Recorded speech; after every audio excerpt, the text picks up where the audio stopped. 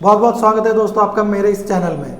दोस्तों 2025 का आधे से ज़्यादा साल जो है वो बीत चुका है, लेकिन ये जो बाकी बचा हुआ महीने हैं वो इस साल के वो कैसे बीतने वाले हैं, कौन सी ऐसी सावधानियां हैं जो हमें रखनी चाहिए, या फिर ऐसी कौन सी चुनौतियां हैं जिनको हमें फेस करना पड़ सकता है इन बाकी बचे हुए महीनों में।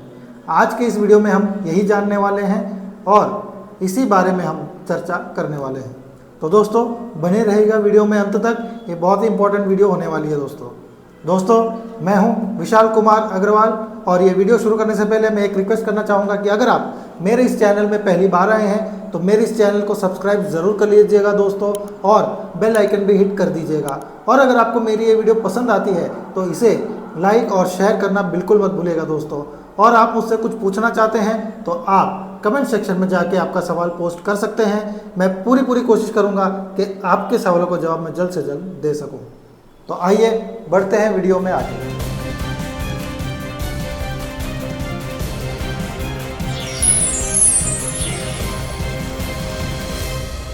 दोस्तों 2025 में शुरुआती दौर में हमने देखा कि जंगलों में आग लगना या फिर युद्ध का शुरुआत होना, इसके अलावा नेचुरल कैलेमिटीज़ भी हमने कई जगह पे देखी।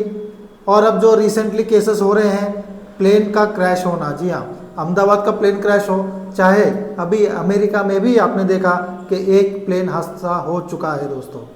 इसके अलावा जब भी हमें लगता है कि युद्ध अभी ख़त्म हो जाएगा, सभी लोग सीज फायर को लेके अनाउंसमेंट कर रहे हैं, लेकिन कहीं ना कहीं वापस वो सीज फायर का उल्लंघन करते हुए भी दिखते हैं और वो युद्ध को जारी रख रहे हैं दोस्तों। तो क्या कारण है कि इस साल में इतना सब कुछ हो रहा है दोस्तों? तो दोस्तों अगर आप न्यूमरोलॉजिकली देखें तो ये जो साल है यानी कि 2025, तो 2025 का जब हम टोटल करते हैं तो टोटल नंबर निकल के आता है 9। 2 + 2 + 5 = 9। तो अब जब 9 आता है तो 9 जो रिप्रेजेंट करता है वो रिप्रेजेंट करता है मंगल को, यानी कि मार्स को। अब मंगल क्या है दोस्तों? मंगल है सेनापति, यानी कि वह राजा के आदेशों को लागू करना, लॉ एंड ऑर्डर मेंटेन करना, जिसने भी गलत किया है उसको सज़ा देना। तो ये सब जो एग्जीक्यूशन का काम है ये सब सेनापति का होता है। इसके अलावा जब उसकी सीमा के ऊपर किसी तरह का कोई खतरा होता है तब वो जंग भी लड़ते हैं और अपनी सीमा की सुरक्षा भी करते हैं दोस्तों। मंगल को हम फायर से भी जोड़ के देखते हैं दोस्तों, यानी कि जब अब इस साल को देखें तो आप देखेंगे कि इतने सारे इंसिडेंट्स जो हो रहे हैं, आग लगने का इंसिडेंट्स हो, इवन एक केमिकल फैक्ट्री में भी आग लगी जिसमें भी काफ़ी लोगों की मृत्यु हुई दोस्तों। तो ये सब जो है इस साल में मंगल का साल होने की वजह से हो रहे हैं दोस्तों।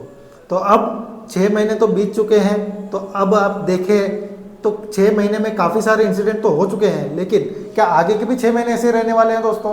तो मैं बता दूं कि अगले जो 3 महीने हैं वो बहुत ही ज़्यादा क्रूशल होने वाले हैं दोस्तों। जी हाँ, जून, जुलाई और अगस्त एंड सितंबर। तो जुलाई का तो ऑलमोस्ट ख़त्म ही हो रहा है महीना।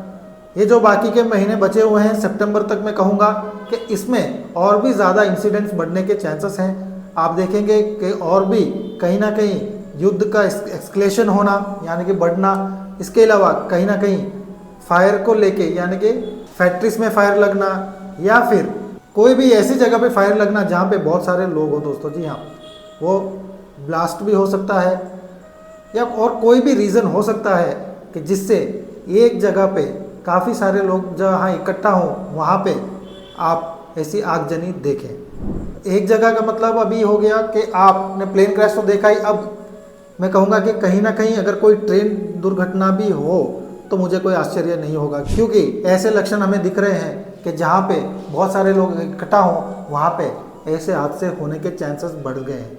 तो मेरी सलाह आपसे यही रहेगी कि जहाँ पे बहुत ज़्यादा पब्लिक हो, बहुत ज़्यादा क्राउड इकट्ठा होती हो, वहाँ पे आप जाने से बचें दोस्तों। जी हाँ, अगर हो सके, अगर पॉसिबल हो तो ऐसे ट्रिप्स को आप अवॉइड करिए जहाँ पे बहुत सारे लोगों को इकट्ठा होना पड़े। इसके अलावा कोई भी अगर आपकी इम्पोर्टेंट ट्रिप है तो ठीक है, वरना जो आप टाल सकें या जिसको आप पोस्टपोन कर सकें तो आप अपने ट्रैवल को ज़रूर पोस्टपोन करिए दोस्तों, क्योंकि ये 2-3 महीने काफ़ी ज़्यादा क्रूशल हैं दोस्तों। अक्टूबर के बाद में स्थिति फिर से संभलेगी और काफ़ी सारी चीज़ें नॉर्मलाइज होने लगेंगी।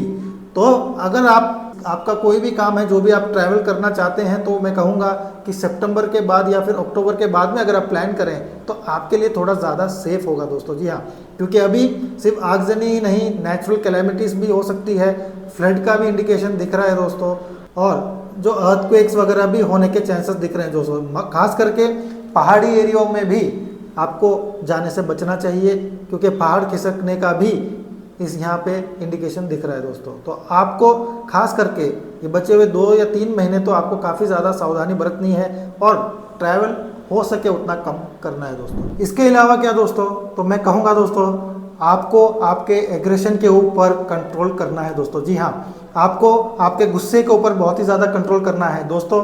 ये मंगल का साल है, तो आपको नेचुरली सभी लोगों को आप देखेंगे कि काफ़ी ज़्यादा गुस्सा आना ये एक कॉमन फैक्टर हो चुका है दोस्तों। फैमिली के बीच में, मतलब हस्बैंड वाइफ हो, चाहे बाप बेटे हो, कोई भी हो, भाई भाई भी होने दो, तो इन लोगों के बीच में आजकल आप काफ़ी ज़्यादा मनमुटाव देखेंगे और एग्रेशन देखेंगे। इस वजह से फैमिली फाइट्स भी काफ़ी ज़्यादा बढ़ सकती हैं दोस्तों। तो आप देखें कि ये जो साल का असर है वो आपके रिश्तों पे ना पड़े, तो आपको शांत हो जाना है दोस्तों। जी हाँ, अगर सामने वाला एग्रेशन दिखा रहा है तो आप कम से कम शांत हो जाइए, ताकि वो बात आगे ना बढ़े और आपका जो रिलेशन है वो काफ़ी लंबा चले दोस्तों। जी हाँ, क्योंकि एग्रेशन में आके हमने कई सारे हादसे देखे हैं दोस्तों, जो कि गुस्से में आके कर तो देते हैं एक्ट, उसके बाद में बहुत ज़्यादा पछताते हैं दोस्तों। इसमें न्यूज़ में आप काफ़ी सारे इंसिडेंट देख चुके होंगे। एक हस्बैंड ने अपने वाइफ को गला घोट के मारा और उसके बाद में काफ़ी पछता रहा था। इसके अलावा भी बहुत सारे हैं, मैं ये सब इंसिडेंट मेरे वीडियो में मैं कहना नहीं चाहता हूँ, आप सबको मालूम ही है। तो आप किसी भी तरह से अपने आप को जो है एग्रेशन से बचाइए दोस्तों, तो आपके लिए बहुत ही ज़्यादा फायदेमंद होगा दोस्तों। क्योंकि ये मंगल का साल है, तो ये बीपी बढ़ाने का काम करता है, तो इस वजह से एग्रेशन भी बढ़ता है दोस्तों। तो आप देखेंगे जो लोग बीपी की प्रॉब्लम को फेस कर रहे हैं, उनकी सेहत में भी काफ़ी ज़्यादा उतार चढ़ाव महसूस कर सकते हैं। तो आपको जो है बहुत ही ज़्यादा काम रहने की ज़रूरत है दोस्तों। कुछ ही समय की बात है, उसके बाद में सब कुछ नॉर्मलाइज हो सकता है। तो इस वजह से मैं कहूँगा कि कुछ समय के लिए आप अपने अंदर पेशेंस को भरिए और पेशेंटली ये टाइम को निकल जाने दीजिए दोस्तों। तो आपको उपाय के रूप में भी और क्या कर सकते हैं जिससे कि आप आपके एग्रेशन को भी कंट्रोल कर सकें और कुछ आपदा से भी बच सकें। तो सबसे पहला तो जो उपाय मैंने बताया था कि अवॉइड करिए कहीं भी जाना जहाँ पे लॉन्ग ज़्यादा गैदरिंग हो। इसके अलावा आप हनुमान जी की उपासना कर सकते हैं दोस्तों। जी हाँ, क्योंकि मंगल को जो कंट्रोल करते हैं वो हनुमान जी हैं, तो हनुमान जी को मंगल से जोड़ के देखा गया है। तो अगर आप हनुमान जी की किसी भी तरह से उपासना करते हैं तो वो आपको काफ़ी ज़्यादा फायदा दे सकता है दोस्तों। इसके अलावा क्या, तो देखिए ग्रहों के राजा जिसे हम सूर्य कहते हैं, तो अगर आप सूर्य को भी जल देते हैं तो भी ये आपको काफ़ी ज़्यादा फायदा दे सकता है, क्योंकि सूर्य राजा है और मंगल जो है वो सेनापति है दोस्तों। तो अगर आपका सूर्य स्ट्रांग है तो भी मंगल आपको कहीं ना कहीं कोई नेगेटिव इफेक्ट नहीं देगा। तो इस वजह से मैं कहूँगा अगर आप ये 2 उपाय भी कर लेते हैं तो आप किसी न किसी तरीके से बच जाएंगे दोस्तों। जी हाँ, और ये आपको काफ़ी ज़्यादा फायदा देगा, आपको मेंटल पीस भी देगा दोस्तों। तो इस साल में जो आने वाले समय है उसमें आपको ज़्यादा सावधानी रखनी है। एक आपके ट्रैवलिंग को लेके, दूसरा आपको एग्रेशन को लेके, यानी आपके गुस्से को आपको कंट्रोल करना है दोस्तों। अगर आप ये कर लेते हैं तो ये समय आसानी से निकल जाएगा और फिर जो आगे आने वाला समय है वो बहुत ही अच्छा होगा और आपको आगे वाला समय बहुत ही ज़्यादा फायदा देगा दोस्तों। तो ये था विश्लेषण बाकी के 2025 का जो बचा हुआ साल है उसके ऊपर। उम्मीद करता हूँ आपको बहुत ही ज़्यादा पसंद आया होगा और भी ऐसे ही इंटरेस्टिंग वीडियोस लेके आपके सामने हाजिर होता रहूँगा दोस्तों। मिलते हैं अगले वीडियो में, तब तक आप अपना पूरा ध्यान रखें। बहुत बहुत धन्यवाद।